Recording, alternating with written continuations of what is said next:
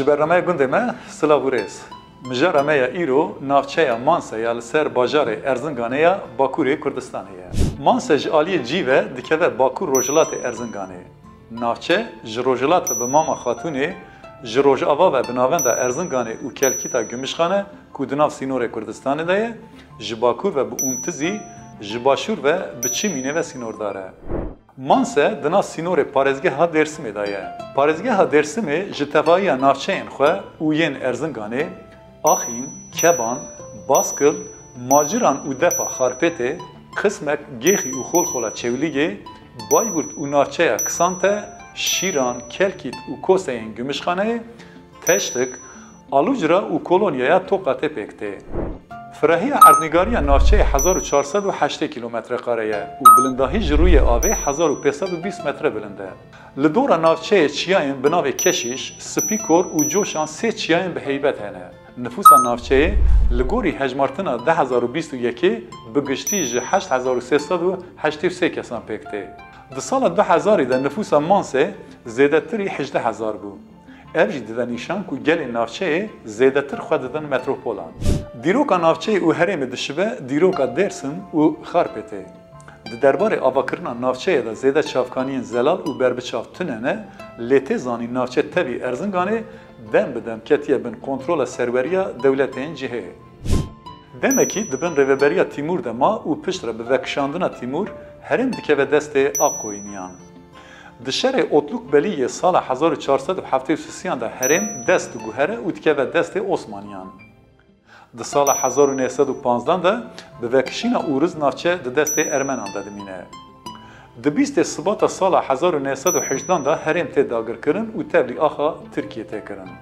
ناو نافچه حتانی حزیران سال 1954 جی مانس بود و لسر نافچه مام خاتون آنگو تیر جانه بود. پشتی وی دیرو که ستاتوی نافچه دگره.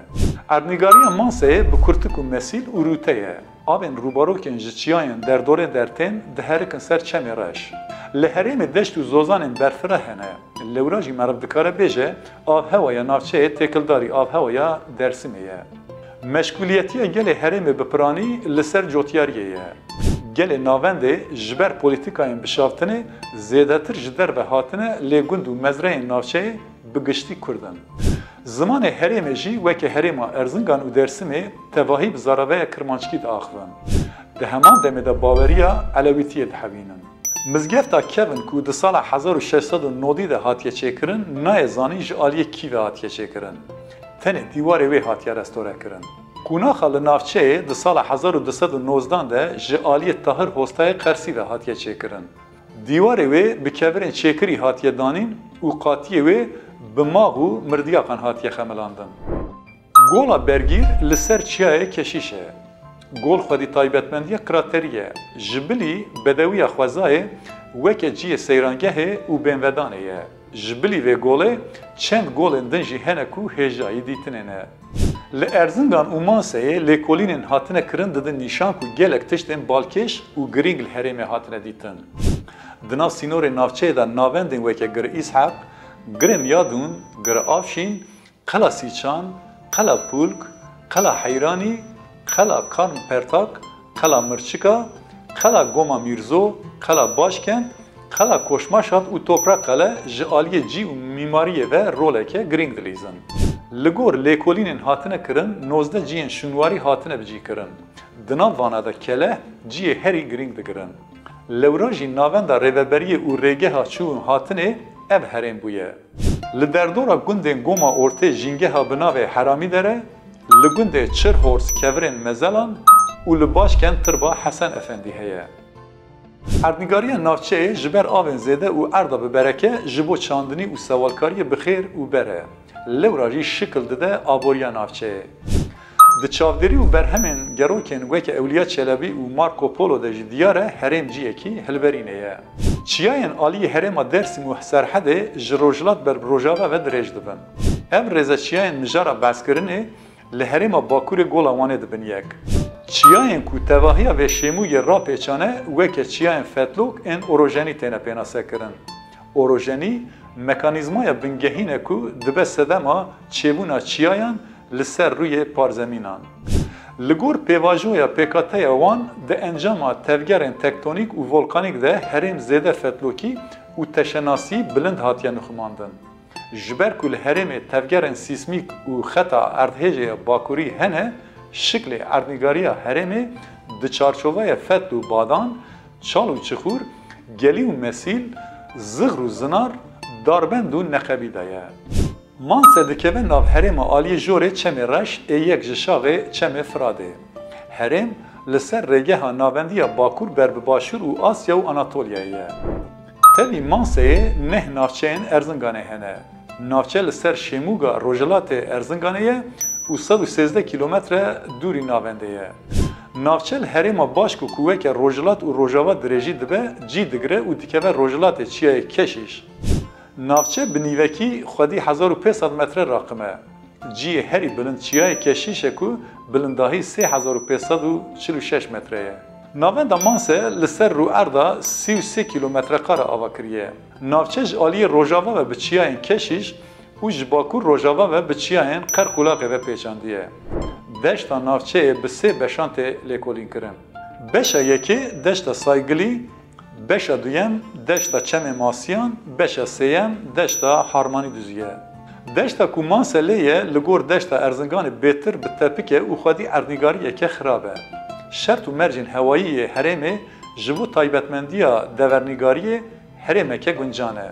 Lêkolînên li herêmê yekem car di sala 1938 da di çêkirina rê de bi dîtina tesedüfî ya gora prensekî hatiye destpêkirin. Piştî demekî bi lêkolînekî zanistiya arkeologê Alman Van der Osten eşkere bûye ku ev gor aydê prensekî Urartuî ye. Girê Miyadûn bi qasî kilometreyekî li bakurê gundê Miyadûn e. Gir 45 metre bilind, 47 metre fire ye. Di aliyê bakurê gir de çend derbas dibe.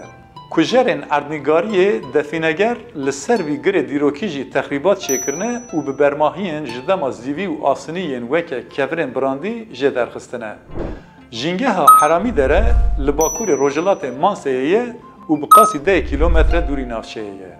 Jîngeh li ciyekî fire û li Rojhilatê Rêzeçiyayên Umtiziyê ye. Li başûrê jîngehê Çemê Reş û rêya navbera Manse û Mama Xatûnê hene. Li gor ciyê xwe serdestî deştê ye.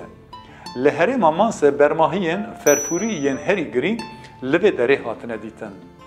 Ferfûriyên vê derê aydê dema zîvî û dema asiniya ewilîn e.